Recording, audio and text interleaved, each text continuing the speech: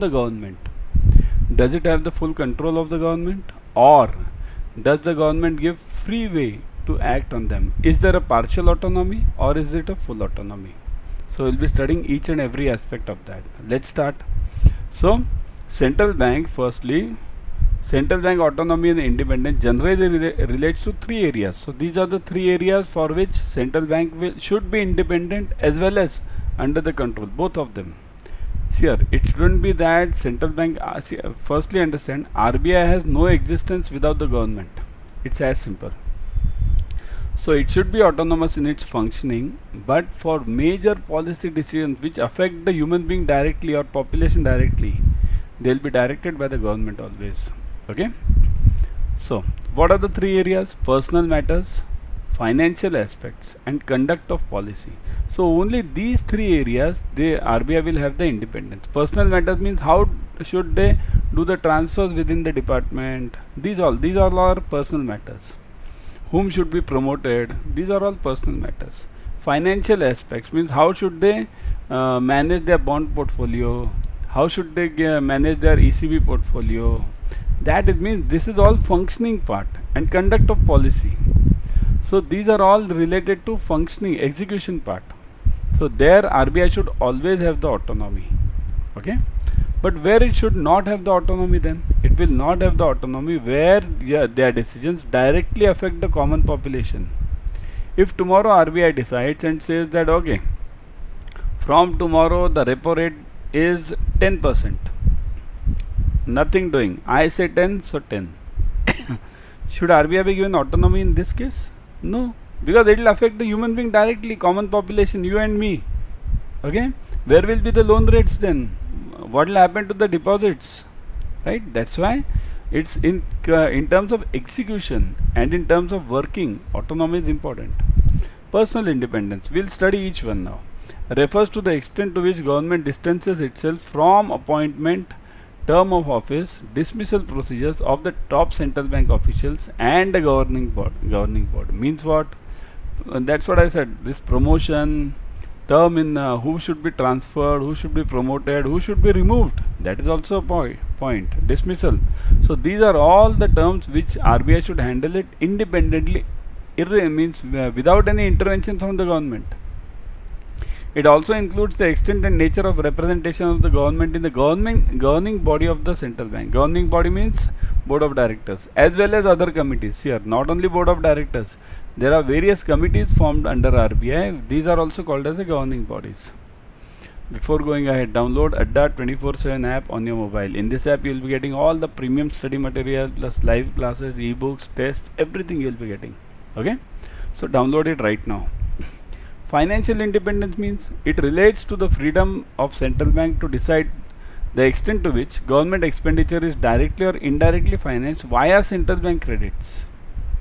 Now what is this? This is called as drawdown. Okay, what is drawdown? Drawdown means whenever central bank government needs funds for road construction, for anything, where will it get? It will get funds from taxes, or it will buy from the foreign market, from the market. Or third part is drawdown from RBI account. It will withdraw funds from the RBI account. That is called as drawdown. So this is the meaning over here. Financial independence means whether RBI should finance those road projects. Logically not, because if government wants to do the spending, government should bring the funds from taxes as well as other ECBs, right? Direct or automatic access to the government to the central bank credits would naturally imply the monetary policy is subordinate to the fiscal policy. So logic is very simple, as I told you. There can't be any existence of RBI without the government. So government is the prime authority, and afterwards comes the RBI.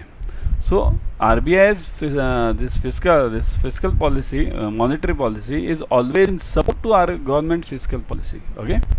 Policy independence is related to the flexibility given to the central bank in formulation and execution of the monetary policy. So what does it mean? The monetary policy, credit and monetary policy actually, which every 2 months RBI gives, so that policy should not be interfered by the government. Okay. Now there is one caution over here.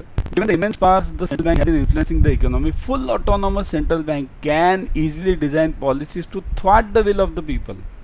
That's what I said, isn't it? The point is, full autonomous central bank is not possible. Otherwise, as I give example, repo rate 10%, nothing doing. I don't care. I want 10%, it's 10%. So that is the point. And what means disturb the will of the people. For example, voters elect government to create more jobs, but if the central bank keeps interest rates high, so if interest rates are high, what happens? GDP goes down. There are no jobs. Okay, just to control the inflation, if RBI is doing something like this, then it will be very harmful. So that's why complete autonomy is not possible. Politicians can also use the state-owned banking machinery to benefit their constituents by granting loan waivers. This is a common thing which we see in India.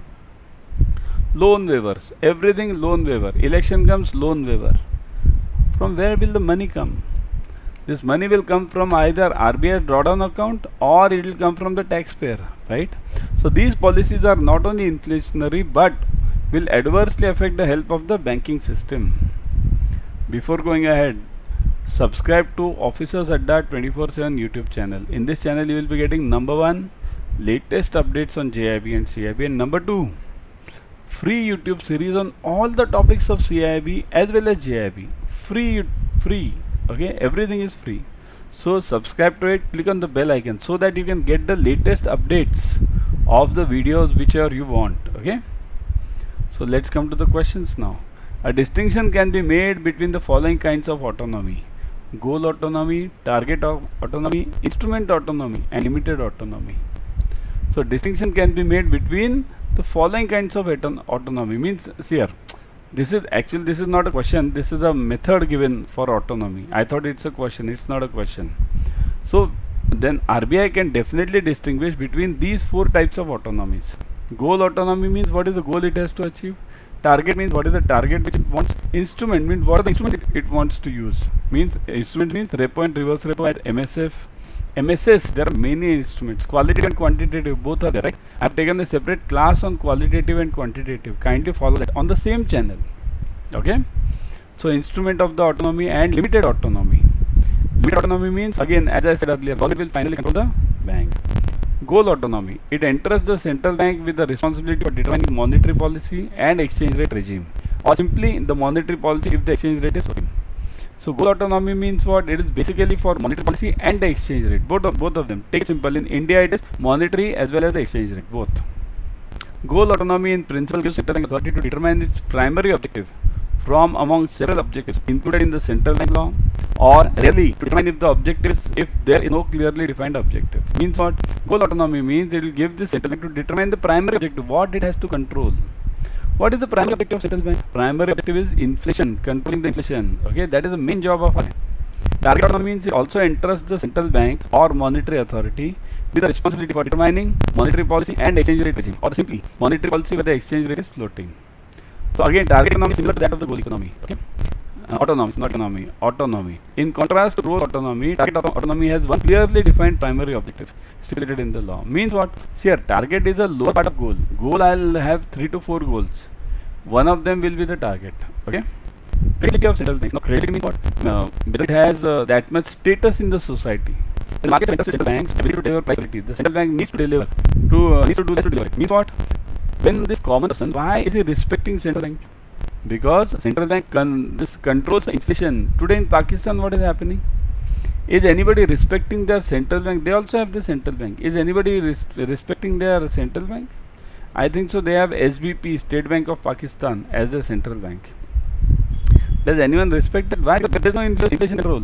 What about in these South African countries? Does anyone respect them? No, because they can't control it.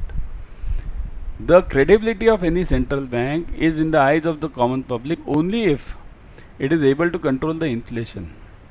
And conversely, without credibility, more aggressive action is needed to achieve the same objective.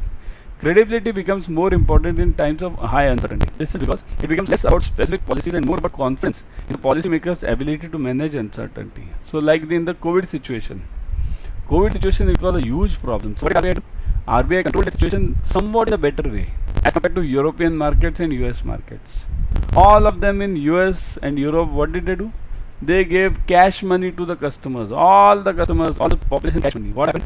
Today look at the situation of those countries. The inflation has skyrocketed, but RBI didn't do this. So this is the method of managing it. a measure of credibility. The way to capture it is by looking at how closely inflation expectations match the central bank's inflation target. So that is important. In what do people expect from the inflation and what are the central bank's targets? The closer the two are for sustained period of time, the more credible the bank is, isn't it? Logic is clear. If people say inflation should be at 4-5% and RBI also has the same target, then it's okay. Okay. However, inflation itself is also crucial to credibility. If inflation deviates from the target for a longer period, then expectations lose their capacity to convey views on the credibility. Logic is simple. If inflation does not match the RBI target and common public target, then why will common public respect RBI? Ways to enhance credibility. Equally important is the commitment to improving the credibility of central bank by consolidating and enhancing their independence, as well as through improvements in timeliness, clarity, transparency, openness in their communication. So this is a basic need for not only a central bank or RBI, it is need for everyone. Any company, if it wants to enhance its credibility, it should be more transparent. That's what that Basel 3 says. What is Basel 3? That last leg. Okay, last pillar. What is that last pillar? Governance, transparency, isn't it? So timeliness, clarity, openness, they should always prefer this. When the monetary policy pursued by the central bank is credible, shock-induced fluctuations in the inflation, interest rates, output, employment should be less pronounced than in the absence of such credibility. Means what? If central bank is managing the economy properly, then the shocks like which we had in COVID or this Russia-Ukraine war, India is the least affected, because of this. And why? Because our central bank and the government, central government, took various good steps to control this inflation. As I told you, during COVID situation, what did US do? US gave all the cash money to all the population. But what happened after that? After COVID, the same cash money was used by these people to and the inflation was skyrocketing at that time. Okay, so that's why RBI did it very correctly at that time. The adoption of inflation control as a monetary policy objective by some countries in recent years has led central banks, including RBI, to take steps to enhance the credibility of monetary policy. So inflation control is main part of any central bank. Okay. To date, most of the studies on this topic have concluded that success in keeping inflation within the target range has helped to increase the credibility of the central bank. Right? Means if you are able to control this inflation, then only you are credible. Otherwise, it's no use, isn't it? I'll give an example in this credibility. Means how many of you have seen a situation present in which countries? Give me one country's name. One country can say South African countries. Okay. Sudan. What is happening in Sudan? What is in Pakistan? What is happening in Sri Lanka? Our neighbors, Sri Lanka. What is happening in Nepal? Nepal. All our neighbors are on the verge of financial collapse. Okay. And India is the only country which is standing tall. Because why? Because there is huge coherence. Coherence means they have hand to hand. Means they are working with each other, kind of government and central bank. Both are doing their policies, means making their policies based on the support of each other. Okay.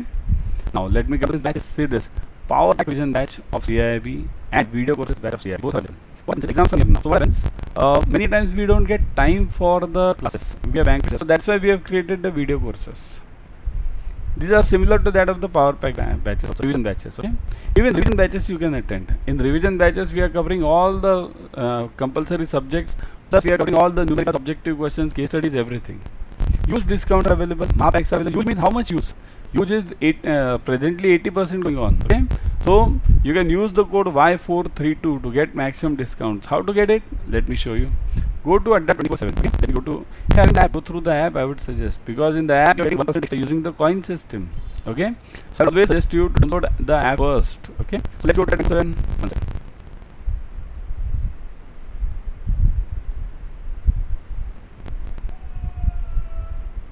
See this. Okay.